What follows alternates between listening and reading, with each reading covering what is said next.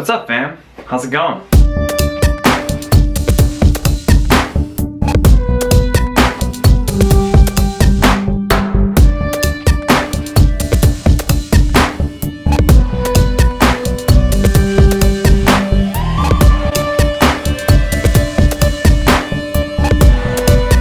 This week, whew, what a week. My elbow finally got better, so I started training jiu-jitsu again, which is awesome for my jiu-jitsu, but always kind of starts to conflict with my bike racing. However, this week's race was probably one of the top 5 cool courses I've ever had the opportunity to do.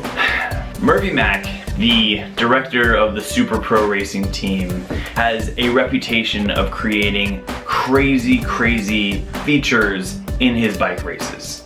I have had to deal with chest-high barriers. I've had to deal with literally a hedge maze of hay bales that shifted every single lap. I've had to deal with knee-deep peanut butter mud that destroyed my drivetrain. But this one definitely takes the cake. Now, there weren't a lot of people that showed up for this race, but it was just like a Black Flag concert. You don't punish the people who did show up. Basically, this race took place at a bike park. So Stafford Lake is home to a cool BMX and downhill bike park for grown-ups and for kids.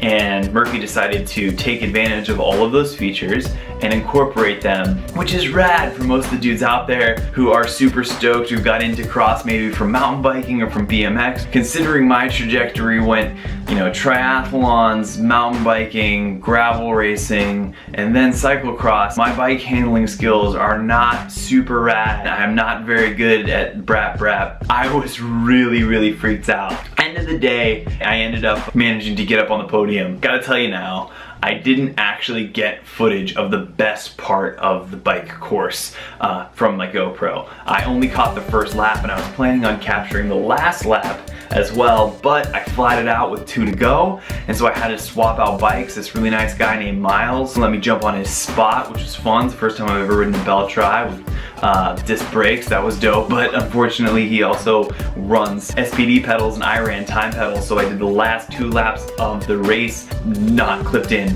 at all. Horrifying. Anyways, let's just get to the bike footage and let's review the race. Alright, so this start hit us a little bit off guard. Murphy threw the single speed folks in the back of the open Bs and made us all start together. So we actually kind of played it safe. We didn't try and charge through the open B field really to start off with. Hit this first turn and then up this climb. So this climb was a feature every lap. It was really bumpy. This is actually where I flatted with 2 laps to go. It's a little bit rocky, charging up this hill, and here trying to find a good line. There was a good line on the left that was pretty smooth, but as you can see there's a lot of traffic on it, so I make the choice to move here to the right.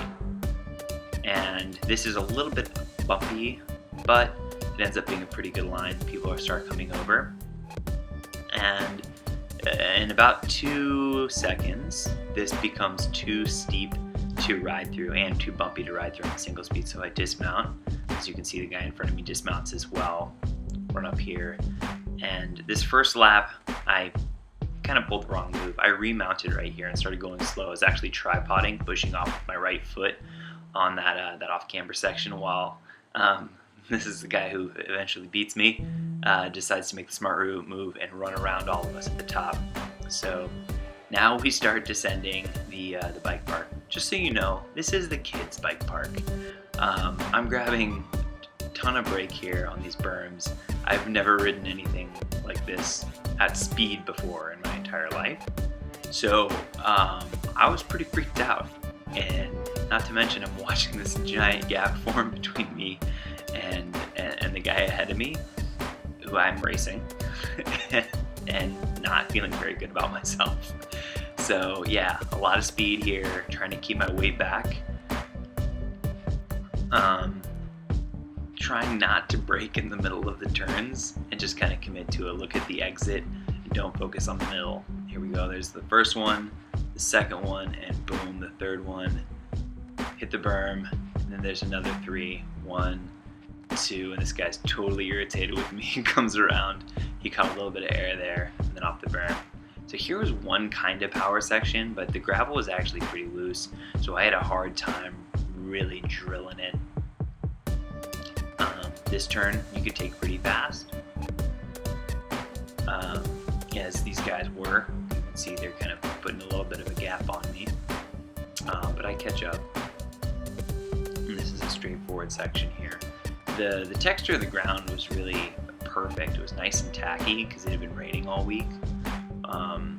So here we come up on this 180 turn, and I caught the wrong line on this time. Should have taken it a little bit wider, which I started doing in subsequent laps. Came around here, and this was almost a 180 right-hand turn. And you can see I'm making up a little bit of that distance on this guy in front of me over this bridge, and this is a super fun section. Again, this first lap I didn't know how hard I could take this stuff because it felt pretty wet, and I was afraid of sliding out, but ended up being okay. Now, up into this next feature, this is a giant sort of 30 stair run up. Now, if you take it at speed, like I did here, you can take this left line and actually ride up the first chunk of stairs right into the run up here, which I do, and finally catch this guy ahead of me. And these stairs just go on forever. They were nice and muddy too. So here, I have an awkward remount when I get back on my bike. I kind of flubbed getting my feet back in the pedals. So I had like 1 foot in, 1 foot out.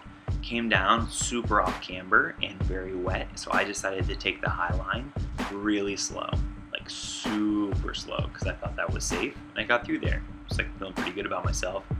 Took this dip, came around, and the next is like my worst nightmare. It is a super off camber left-hand turn, which I'm like really slow at. And I think this guy passes me going into it. So we're right here, and here I decided to take the high line because it worked out well before. And then I kind of start freaking out, panicking because it's going so well for me. A foot slides off my pedal, then my second foot slides off the pedal, and I come to a dead stop in the middle of the race. And the first lap, I kind of get my shit together, take a deep breath, and start pedaling again. As you can see, there are people that are worse off than me. That guy, his race was over there. So now I'm just determined to catch back on. This was a straight kind of power section. On a single speed, I was probably spinning out here, spinning out at about 23 miles an hour.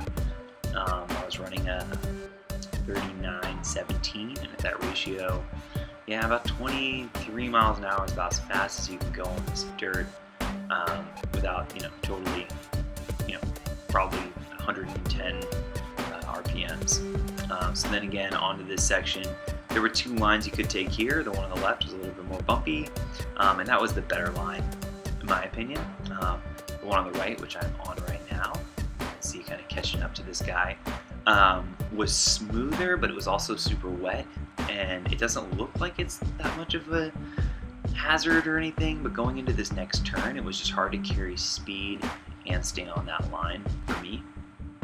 So came in here into this nice little shaded section, a very soft left-hand turn into a less soft but still pretty easy right-hand turn, which you can take at speed into these weeping willows. My fiance just loved, just thought they were beautiful. And this section was super bumpy and off camber. So after I sort of, lost my bike and jumped on this other guy's bike, this was the section that was actually the hardest to ride every lap. So just because it was so bumpy, I couldn't keep contact with the pedals. Here I'm closing the gap on a few guys that are ahead of me, and I actually end up passing these guys at the beginning of the next lap, and held that distance throughout the rest of the race, which felt pretty good until I flatted, of course.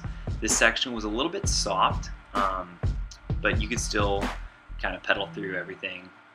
Now up here was just a giant gap. It was probably about a 4-foot gap that I watched a bunch of dudes try and bunny hop before and totally endo So we all decided that we were going to be dismounting and jumping over it. Waited to remount here until I got onto the more smooth area, and then kind of little gap opened up there, and that's okay. I was able to get back on, accelerate, pass. And as I passed, I was calling it out. Guy ahead of me, Rich, super nice guy, was more than willing to kind of let me get around him. And then my sights close here on this guy, who ended up beating me just because I flatted. But we go into this kind of classic grass power section with some turns. You can take these at full speed, although the first lap was pretty slow. I was just getting used to pedaling through these turns, and then right in through the start finish here, and that was the first lap. As you can see, it was a very unique cyclocross event. A few updates for me. I'm not going to be racing next weekend. It's Thanksgiving and I have family in town. Although there is a CX Nation race in the North Bay, and if you're around, you should make it out for that. I will be racing the following weekend, actually down in LA. I'm going to be at Griffith Park doing one of the CX LA races. I'm going down there to see a concert.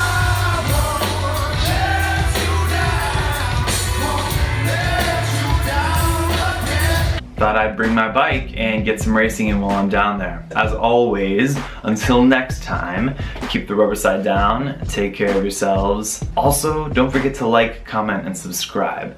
Love that shit.